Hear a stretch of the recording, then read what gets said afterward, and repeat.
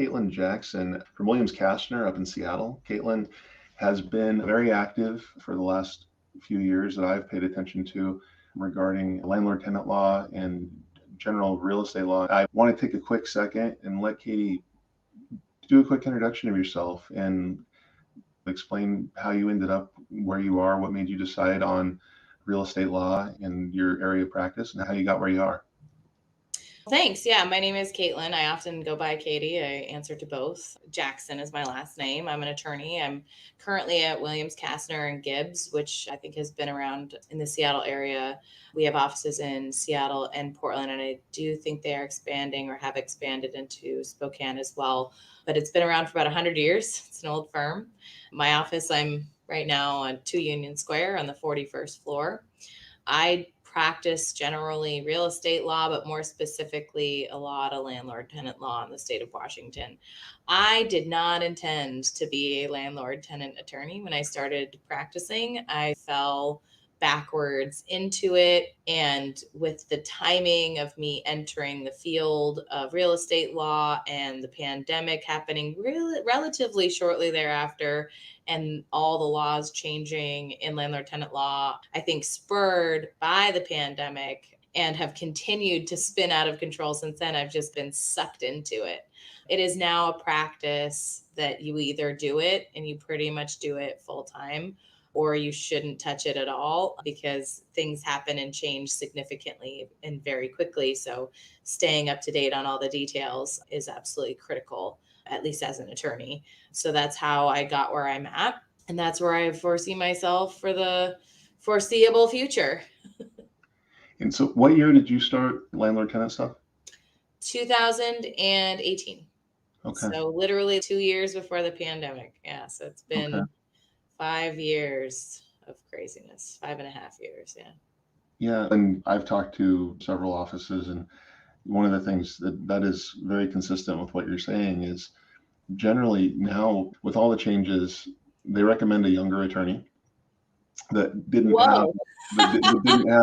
that didn't have all the background of the old ways, like the Old Testament, if you will, of like how things used to be. And so the younger, fresher attorneys that maybe haven't been practicing as long maybe can be a little more fluid with the changes. I don't know. That was a perspective. I was like, oh, it kind of makes sense in some ways. And I can understand it. I may not agree with it. I think some of the attorneys that have been practicing this for a very long time are very good because the history and the case law history can add benefit to it. But I think what it comes down to is whether or not that attorney has been solely practicing or mostly practicing landlord tenant law. I don't think it has to do with how many years they've been doing it. It's how engaged and how involved and how much of their practice area is dedicated to it. If they're an attorney that practices general business litigation 60% of the time and estate planning 20% of the time, and then landlord tenant 20% of the time, that's probably the biggest indicator that if you're looking for an attorney to put your foot on the brakes and discuss it very carefully with that attorney, just to make sure that they've stayed up to date with the current changes. And a lot of that could have to do with the city or the county that the property issue, if there is a property issue, is located in. There are a lot of counties where things are much more simple than King County. There are 39 counties in the state of Washington, I want to say. It might be 35. I actually have to look it up. I'd say there's only 6 counties that are really challenging. A lot of the other counties have tried to keep things simple. So it really just depends. Which counties do you specifically practice in, and what's the list of the 6 challenging counties? So I think it would be Thurston. So first of all, I generally practice King County. I do have cases in Snohomish and cases in Pierce, and I stay on top of those areas very carefully. But I would say maybe it's just because of density and my personal location that King County is my primary area of focus. The 6 counties are, I would say, King, Snohomish, Pierce, Thurston, Spokane County, and probably whatever county Bellingham is in. Is that What Whatcom? county is that? It's not so. It's up north. Yeah, way up north. Like Canada. Wherever Bellingham is, because Bellingham is a weird, it's a very like liberal town or area.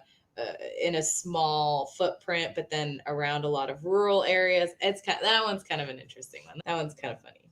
But yeah, those are the counties that I think are the most challenging in the state right now. Yeah, I thought things were nuts here, just the Washington stuff. And then you start hearing like more and more things they add, just the extra little kickers. It's each one's like, every time someone comes up with something that makes it crazy, then another county's, hold my beer, I got something else for you. My beer. Yeah.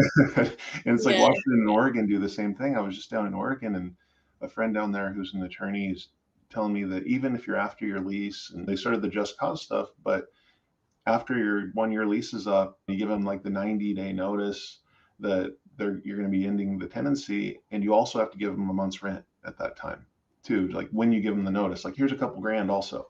I'm like, there you go. And I was like, no, that can't be. And it's like, yeah, no, that is. And so I think I've heard that, and I don't know which counties because they're not in any of the counties or cities that I'm in, but are there some up here that kind of do something like that or start requiring you to pay moving costs for tenants and that kind of deal? It's called relocation assistance. Okay.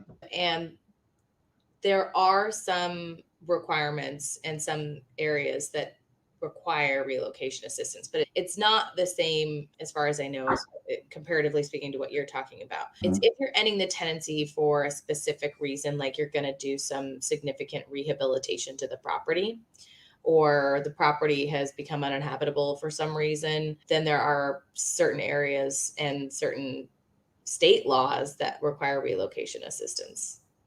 Yeah, I won't get into specifics because trust me, you don't want me to, but there are some scenarios in the state of Washington, not just statewide, but also cities also. So Seattle has like a relocation assistance requirement. If a property, for example, if you're going to change the use of the property, I think you have to give 90 days notice and go through this permit process that can take much longer than 90 days. And you have to provide relocation assistance. And I think even if you raise rent over a certain dollar amount and the tenant has to vacate, they call it economic relocation assistance requirements in the city of Seattle. So if you raise rent, let's say 12%, and within X amount of period of time, the tenant decides they can't afford it and they leave, they can apply for economic relocation assistance, and the landlord may be required to actually pay that relocation assistance, the money. Yeah. Okay.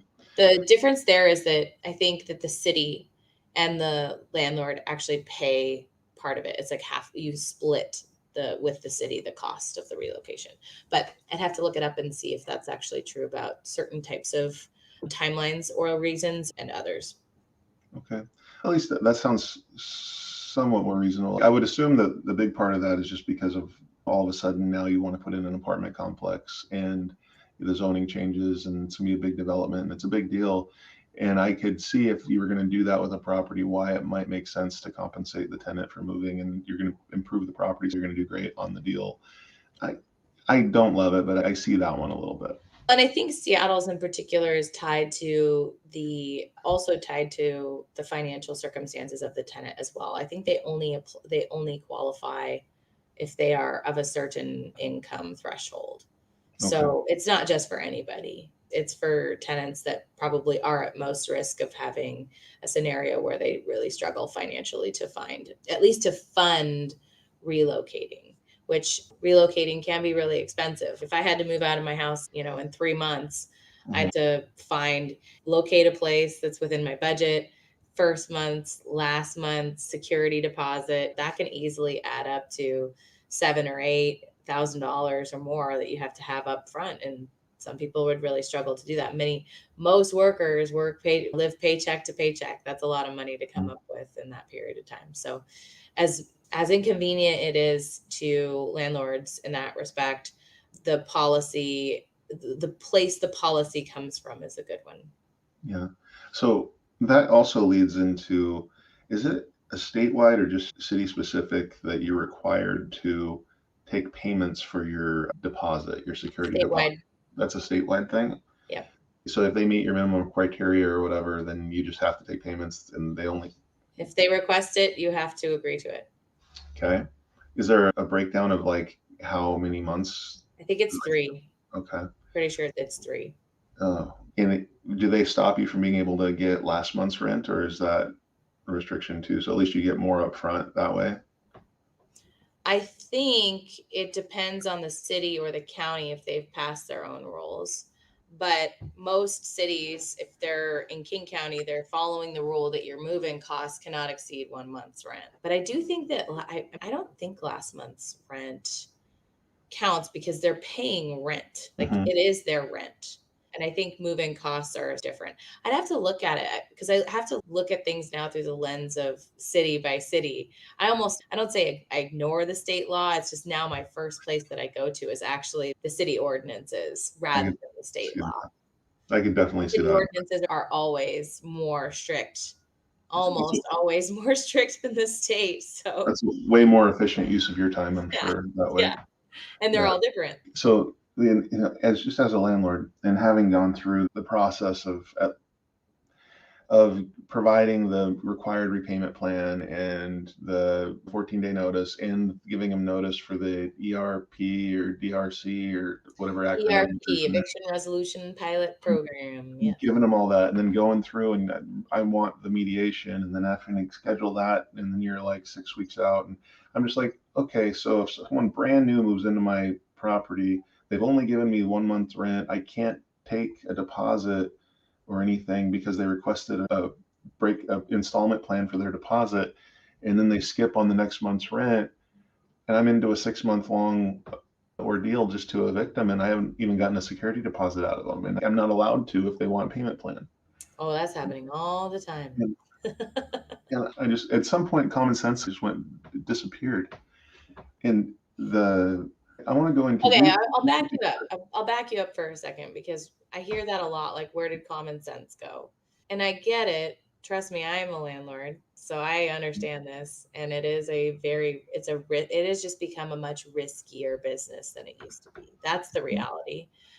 And when somebody says common sense, depending on whose perspective, right? The legislature and the city councils, and I would say the general public in the 6 counties that we're talking about, their common sense is housing first, right? Like their perspective and the lawmakers who put these policies or laws in place, they're not looking at it from the landlord's perspective. Common sense is people need to be housed, otherwise we have a lot of unhoused people and we have a homelessness problem. So their common sense is we need to get them into housing and we need to make it as affordable and easy for the person trying to achieve getting housed as possible. That's common sense to the lawmakers. It's not common sense to housing providers who rely on income in order to run their business. But if you're looking at it from that lens, it makes sense. Do I agree with it? I don't know. Probably not. I would say we have a lot of laws and policies that have an objective and they swing and they miss. But unintended consequences was going to be unintended consequences and a swing and a miss. I'll just from my own perspective, I used to give people chances. Like I came from a world, I did bad credit auto loans for people with bankruptcies, repos, that kind of thing for 15 years. And a good story, a good reason. I'm going through your credit report. I see that, oh man, you weren't planning on your husband dying 5 years ago, and that's why all these bad things happened on your credit. You look like you've got a good job now and everything's going here. But yeah, you did file bankruptcy a couple of years ago and you went through the other issues. Maybe you even had an eviction 5 years ago when that happened. And I would look for reasons to try to help people. And now there's zero reason to, and you get one bad person in there and now you're 6 months or longer dealing with it, and they get a free attorney the whole time to dispute every little just frivolous thing they can to extend it and get another continuance. And I had to stop that mindset. And so I know other landlords are in the same boat. Oh, me included.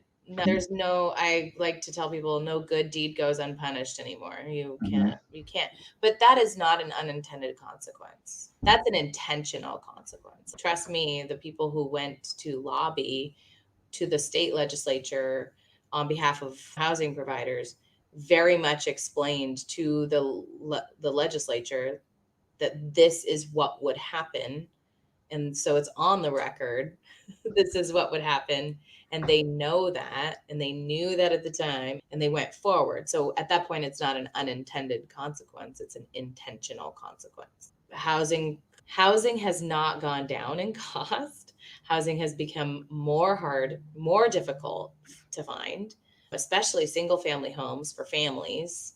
And landlords or housing providers are less likely to charge under market rent or to take any chances on anyone that has any discrepancy on their rental history or financial status. Yeah, but those are intentional at this point because the legislature knows that's what's going to happen and what is happening. And that was the choice they made.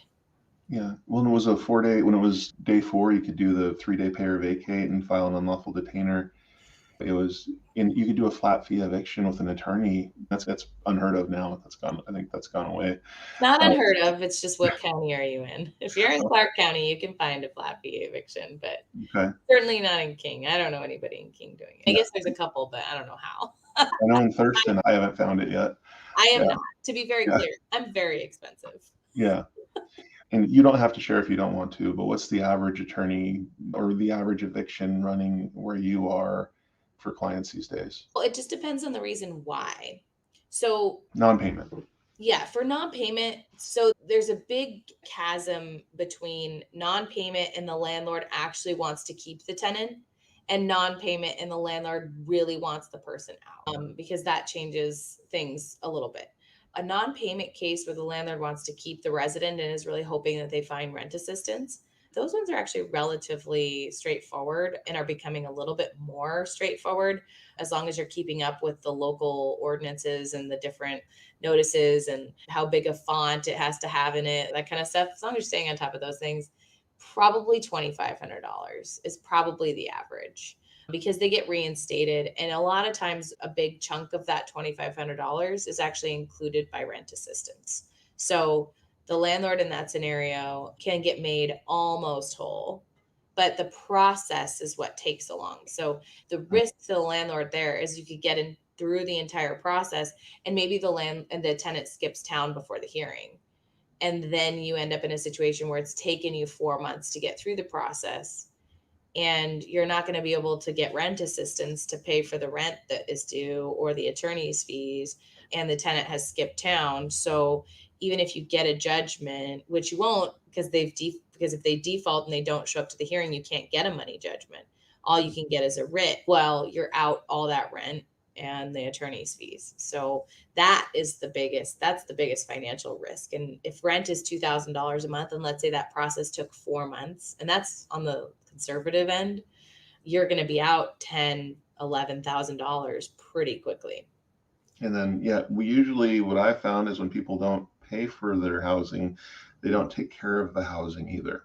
Correct. And I'm flipping my own property right now that is, you don't, and you've probably paid attention, but like used to be, I could go and do a cash out refinance and okay, cool, I'll get my money back from the rehab and make it work. But now rates have gone so high, it doesn't make sense to do that. So now I'm gonna have to go through and do a 1031 and sell a property because I had a tenant trash it. Yeah. Oh yeah. And that has been a real struggle for a lot of my clients as well. What you probably know the numbers more than me, but Seattle, I think last year or the year before, I saw a number that they had lost something like 10 or 12,000 single family rentals from landlords selling with a lot of the changes. Do you keep up or do you remember seeing that? I keep up peripherally because I actually know a little bit more. I know too much. I know how skewed these studies are. Here's what I can tell you. It's probably more. I can tell you that between 2020 and 2022, I did more evictions, let's say even in the heart of the pandemic, right? When one of the few exceptions to the eviction moratoria, whether it was city or state or whatever, was selling the property. I did more evictions during COVID, during the heart of COVID, than I ever did before that, because people were just selling, especially single family homes, were just like people were bailing out of the market left and right, which of course they were, because if you can't collect rent and you have a mortgage, you don't have a choice other than foreclosure. And as a matter of fact, there's a Protecting Tenants Against Foreclosure Act, which actually continues to protect the tenant even after the house has been foreclosed on. So I did an unreal amount of unlawful detainers during that time period.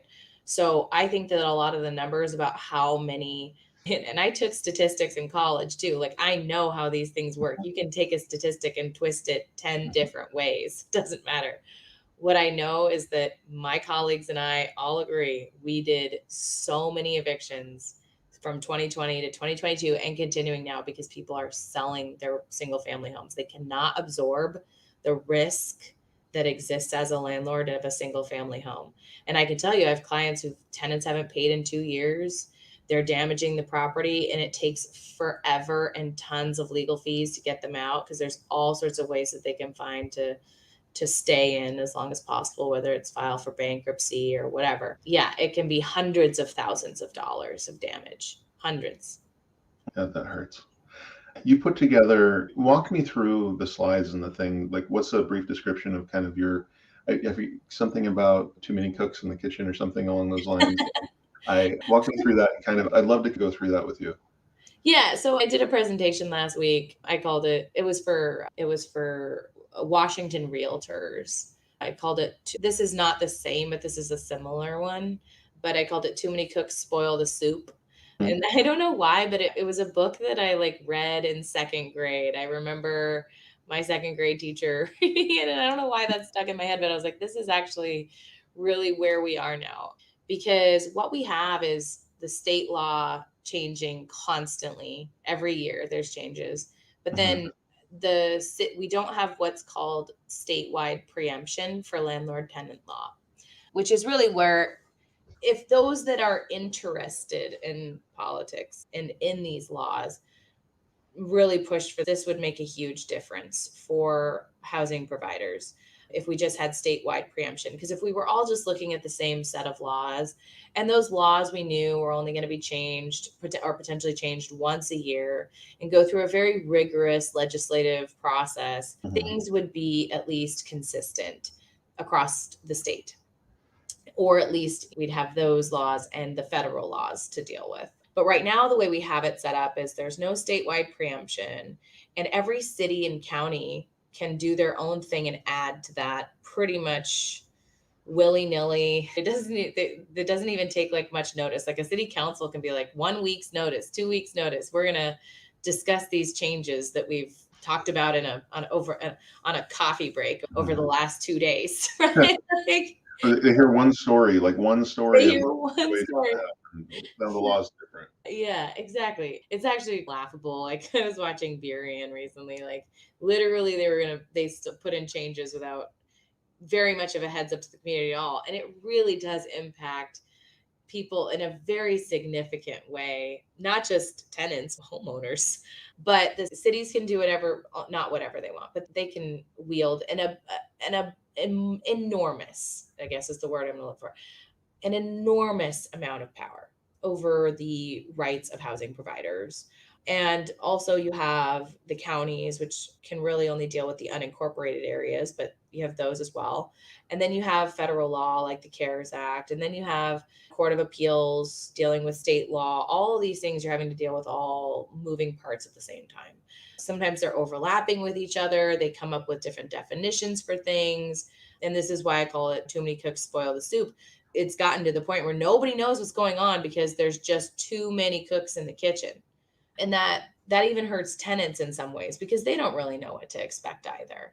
If you're living in the city of Burien and you're 2 blocks away, you move 2 blocks and now you're in the city of Seattle, your rights are significantly different. And sometimes that's good and sometimes that's not good. So that's where we're at with it right now. It's just all the changes. And I did a cool graph. It was on between slides 5 and 6. So slide 5, which you're looking at right now, these were the significant changes in landlord tenant law between 1973 and 2016. That's 40 years-ish. That's a lot. And there's the 1973 Landlord Tenant Act, RCW 5918. That was it. Then you went almost 10 years to the city of Seattle just cause evictions. That's not even state, that's just Seattle. Then in 1992, Seattle did restrictions on selling low income housing. Then in 1989, 7 years later, there was statewide deposit accounting. So you went between 1973 and 1989, statewide, there was these two changes. Everything after that, Seattle 1990, there's tenant relocation. I think that's relocation assistance. In Seattle in 1993, which is 3 years later, tenant information packet, and Pasco in 97, registration and inspection. So there's a lot of Seattle here between 1973 and 2016. But even then, there was just that activity every few years, there was one change. Now, if you move to slide 6, what was created, and this, by the way, this infographic was created by the Rental Housing Association of Washington. I'm using it for illustration purposes, but I would like to give absolute credit to them in making this clear and creating this. They've done a wonderful job, and they did allow me to use it, but I do need to give them credit. So then moving to slide 6, if you can move the next slide forward. I'm doing it. I'm doing it. Sorry. This is, did it work? Can you see it? Yeah. So I couldn't even fit, sorry. I couldn't even fit all of this on the screen. Jesus. Hold on one second. Okay. I'm going to see if I can move that. I couldn't even fit it all on the screen, how many changes have happened. The green being state, the blue being cities, and I couldn't fit it. I couldn't fit it in Rental Housing Association of Washington, couldn't fit it. It's not just changes with the state law, it's changing every year, but the city laws, Seattle had 5 changes in 2022, if not 2021. So they're changing multiple times a year. And it's not just Seattle. Now you've got all these other cities that are changing as well. And they're not just changing once, they're making multiple changes a year. I have been recently convinced, which I don't know if I agreed with this before, mines can be changed, mine included, that the best gift we have as Washingtonians is a part-time legislature. Oh my God. Because if the only tool you have is a hammer, everything's going to look like a nail. And if you're a full-time legislative electee, you're going to just create laws. Nobody goes through and says, you know what, this one doesn't work, we're going to get rid of it. They just like to create more. And that's where we're at. The next slide that I had was just the growing list of local rental regulations by city. So, and these are growing as well. And so these are all different cities, mostly on the west side. There's more. I know Spokane has passed things, but there's more going on in that direction as well. So you have to deal with Auburn if you live in Auburn, and then you got to deal with the state, and then you got to deal with the federal stuff, and then you got to deal with Court of Appeals. And even then, when you go to court, you're dealing with a commissioner that may or may not really understand or agree, and you might have to revise them through the judicial process. Like, it's a very cumbersome deal right now. I will say one of the most egregious cases I've seen recently was a 3-day notice to quit because the person did not have permission to live on the property. This was not my client, thankfully, not my case. But what had happened was the person had gone through a divorce, and their spouse was very angry that this person was awarded this particular property in the divorce. So the spouse had actually moved in a stranger into the house before the husband could take possession, and signed a rental agreement with that person. And the spouse did not have any legal authority to do that. They were, through the formal process, they had no legal rights to do that. And this property was in Federal Way. And so when the spouse went to the property to take possession and there was the stranger there, they basically were like, "Who are you?" And then the stranger just filed a protection order against them, to keep them away from the house. And then they learned the stranger's name through the protection order process. And then it was discovered what had happened, and the attorney for the real owner and person with the right to occupy served a 3-day notice to vacate because this person had no right to be there. And because the city of Federal Way has expanded their definition of tenant to be any person in possession of real property, a person's a tenant. So the landlord, the owner, even though they did not agree to be a landlord, did not want to engage in being a landlord, wanted to live in that property, intended to live in that property, the court awarded them that property to live in, had to go through a very long, arduous, and expensive eviction of this person. I don't even know if that's ever resolved. And they were living at, the homeowner was actually forced to live in their car. It just shifted the homelessness from one person to the other, except for the person who actually owned and had the right to the property was the one that ended up being homeless. I'm sure they were paying the rent as the lease stipulated too. And No. well, no, but that's the same thing. Like it doesn't even matter that it was the former owner of the house. In at least everything I've seen is you can just produce a lease that Mickey Mouse signed as the landlord. Like now you have to go through a whole new process that like, no, it doesn't matter that it's invalid. It doesn't matter it's fraudulent. It doesn't matter anything. I have this lease. It's going to be, you literally, they do the Google lease online. It's a Google lease. They Googled it. They printed it out. They went onto the public website to see who the owner was, filled in the blank. It happens all the time, and it'll take 6 months and 10 grand at least to get them out. And not to mention the loss of use, which is part. Even if you get a judgment, you probably don't even know this person's real name. Yeah, you're not maybe they have a job. If someone's doing that and going to take yeah, normal people. They're super collectible income. They'll just garnish your panhandling. Yeah, I mean, what's interesting is that like the whole point, I don't think people are generally aware that there are two processes, legal processes for establishing the right to possessing a property and ownership. And there's the ejectment process, which is a full-on civil lawsuit with a case schedule in front of a judge. And then there's eviction through the unlawful detainer statute. The whole purpose of the unlawful detainer statute was to be fast and efficient because it was limited to the right of possession. And it's become so cumbersome and expensive that I don't think that the unlawful detainer statute serves its purpose of why it started at all anymore. I can finish ejectment actions faster than I can solve eviction cases through the unlawful detainer statute. The only benefit that I see of an eviction process over ejectment at this point is if there's certain facts, like it's a non-payment of rent case and the landlord does ultimately want to keep the tenant and get rent assistance for that tenant, then the unlawful detainer statute makes sense because that's the fastest way to manage that.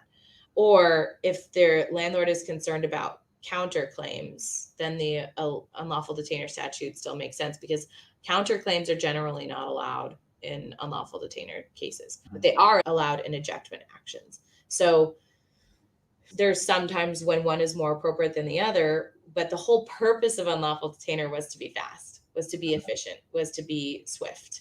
That doesn't exist anymore. It's not swift. Most ejectment cases are resolved in the same amount of time. Yeah, I shifted. An attorney told me that basically it's faster now to foreclose as it is to evict. And I've shifted some of my properties that were rentals to selling on seller financing. So I can still get the cash flow out of it. And if they don't pay, at least my understanding is they don't get a free attorney to try to fight me the whole time and drag things out even more. I have bad news for you. No, don't tell me. Don't tell me that. Don't tell me. They get a free attorney for a foreclosure too? In March of this year, Housing Justice Project filed their articles of incorporation to be a traditional nonprofit whose objective is to defend any person that is going to basically be evicted, which is not just unlawful detainer, but just removed from their housing. So they can appear in anything they want now. Oh my God. As long as they're dealing with somebody being removed from housing. It's not, I don't even think it's linked to income anymore. They don't have to be somebody that's 200% below the federal poverty level or anything like that. It's just anybody. Now they have to account for public funding. So this is our taxpayer dollars. That's my next question. Working against us. But so if they're dealing with an eviction through the unlawful detainer statute, that some of the funding that they have that is to represent those tenants would be limited to that person's income, et cetera. But now they can take funding from all these different grants and donations, and those ones may not have the same strings attached. So I have ejectment cases that are not landlord tenant cases, and they are appearing and defending just like a regular civil lawsuit. But that just happened in March of this year. So you can bet that anytime you're removing somebody from housing, you have the threat of the Housing Justice Project potentially delaying your case significantly. So and this is just a little bit of a tangent, but like in Section 8, we provide government funds for people that have low income, right? We give them assistance, we give them, but the person who's getting the housing still pays something. They still pay $200 on a $2,000 rent or whatever.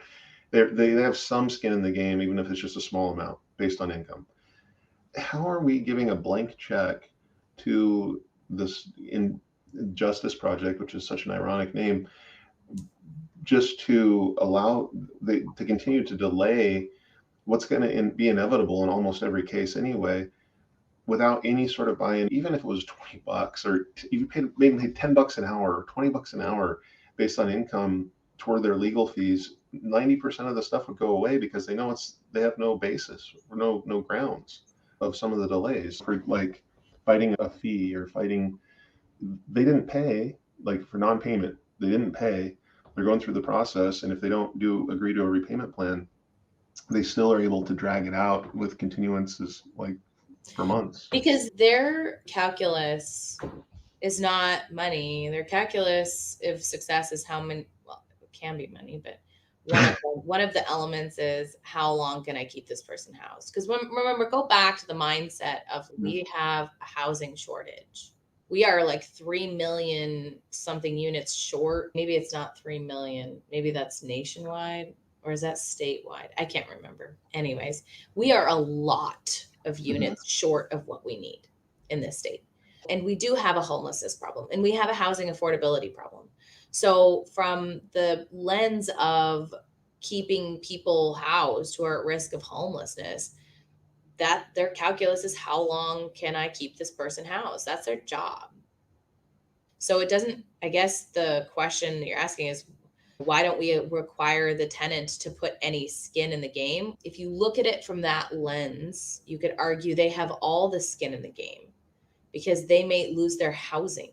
They might be homeless. And there's that's a very harsh result for failing to pay a fee or even rent. I disagree with that assessment in many ways because I don't very few of my cases are actually just based on a little bit of money. We're talking like one of my cases, they owe $100,000. Two of my cases, they owe $100,000 in rent. But I think that that's the lens that they're operating from. And if you put yourself in that place and things like through that lens, you can understand why they operate that way. I think the bigger question and the better question is, why isn't the government stepping up and creating that housing? That was exactly, if you want to provide free housing, by all means, government. I would love it. My issue is that this is private property. It's a private contract between two people over this person's property. I certainly think that the government shouldn't be writing blank checks to keep people housed where they're breaking contractual agreements over private property. That's been the way that I see it from a policy perspective is, by all means, I would love if our housing crisis was solved. I would love if our addiction crisis was solved. If we could solve behavioral issues by quick removal of tenants that can't comply with lease terms, as if the government had enough sufficient public housing for people to live in, that would be great. But the government is putting all of the responsibility and risk on the backs of private property owners right now. I think it's utopian. Like from their lens, all of these people everybody's good people. Everyone who's a tenant is an amazing individual, and they intend to pay, and they intend to have gainful employment. And the only person that could stop that is an evil capitalistic landlord who, and so I don't think that they operate like that. I think they're smart. I do. I just think that it's unfortunately easier to put the burden on the private property owner than it is on the government, because the government is not going to do it. And as a matter of fact, it's more expensive it's 70% more expensive for the government to create housing and run it than it is for private property people, private investors and private owners to do it. So the government's perspective is, why would we do that? It's cheaper if we have it on the backs of private property owners. So it's an interesting shift and balance and constant weight. I think right now we've just hit an imbalance, and hopefully there will be a correction at some point. And I imagine that there will be, because this just cannot continue with the rules changing every week and it not helping. Like, no, none of the indicators have said this has worked. Yeah. As a matter of fact, the eviction resolution pilot program went back in front of the legislature this year to see if they wanted to renew it. And it was not renewed because it was clear it was a dismal failure. Oh, I love when they sent me the survey email. It was so cathartic, wasn't it? I let them have it, and then they're like, "Do you mind if we use your thing on our material?" I'm like, "Yeah, please do." Yes, I'll check that. I'll do that.